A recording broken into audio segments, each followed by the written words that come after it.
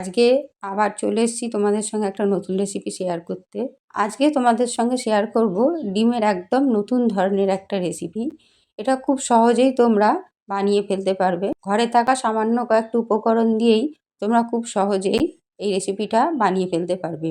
এটা খেতে এত সুস্বাদু হয়, তোমরা না খেলে বুঝতে পারবে না। দেখো, প্রথমেই আমি ফ্রাইং প্যানে একটু তেল দিয়ে নেব। দুটো ডিম আমি এর মধ্যে ফাটিয়ে নেব, নিয়ে তাতে আমি সামান্য পরিমাণে একটু লবণ দিয়ে অমলেটের মতো করে নেব। ডিমের পরিমাণটা তোমরা কম বেশি দিতে পারো।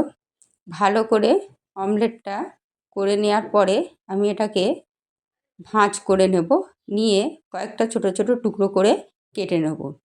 এইভাবে ডিমের তরকারিটা রান্না করে খেয়ে দেখো, খুব ভালো লাগে। বন্ধুরা, আমার রেসিপিগুলো তোমাদের কেমন লাগে অবশ্যই আমাকে কমেন্টে জানিও। তোমরা পাশে না থাকলে আমি কিছুতেই এগোতে পারবো না, তাই তোমাদের সহযোগিতা একান্ত কাম্য। আমি আরেকটু ফ্রাইং প্যানে তেল দিয়ে দিলাম। এবার দুটো সেদ্ধ আলু নিয়ে নিয়েছি, সেগুলোকে এইভাবে ডুমো করে কেটে নিয়েছি। সামান্য পরিমাণে একটু লবণ দিয়ে আমি এই আলুগুলোকে আলুগুলো আমার দেখো মোটামুটি লাল লাল হয়ে গেছে। এবার আমি আলুগুলোকে তুলে নেব। বন্ধুরা, আমার রেসিপিগুলো তোমাদের যদি ভালো লাগে অবশ্যই লাইক শেয়ার করো।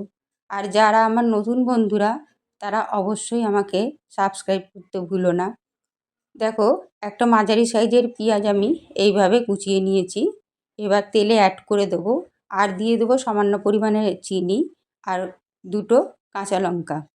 একটা মশলা নিয়ে নেব আমি, সামান্য পরিমাণে ধনে গুঁড়ো, সামান্য পরিমাণে জিরে গুঁড়ো, সামান্য পরিমাণে কাশ্মীরি লঙ্কা গুঁড়ো, সামান্য পরিমাণে এমনি লঙ্কা গুঁড়ো, আর একটু হলুদ গুঁড়ো, আর নিয়ে নেব একটু গরম মশলা।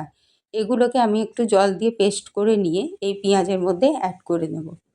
এবার নিয়ে নেব 2 টেবিল চামচ মতো আমি টক দই, সেটাকে ভালো করে ফেটিয়ে নিয়ে এই মশলার মধ্যে আমি অ্যাড করে দেবো, দিয়ে ভালো করে কষে নেব। আর দিয়ে দেবো 1 চামচ মতো আমি পোস্ত বাটা।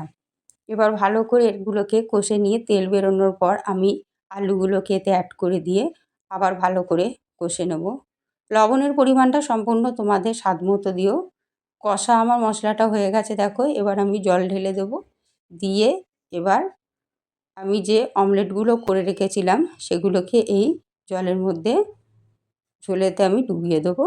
ওপর থেকে সামান্য একটু ধনেপাতা দিয়ে দেবো। এই রান্নাটা একদম মাখা মাখা হবে, তবেই এটা খেতে কিন্তু ভালো লাগে। তাহলে বন্ধুরা অবশ্যই একবার ট্রাই করো, আর ভালো লাগলে অবশ্যই লাইক শেয়ার করো। ধন্যবাদ।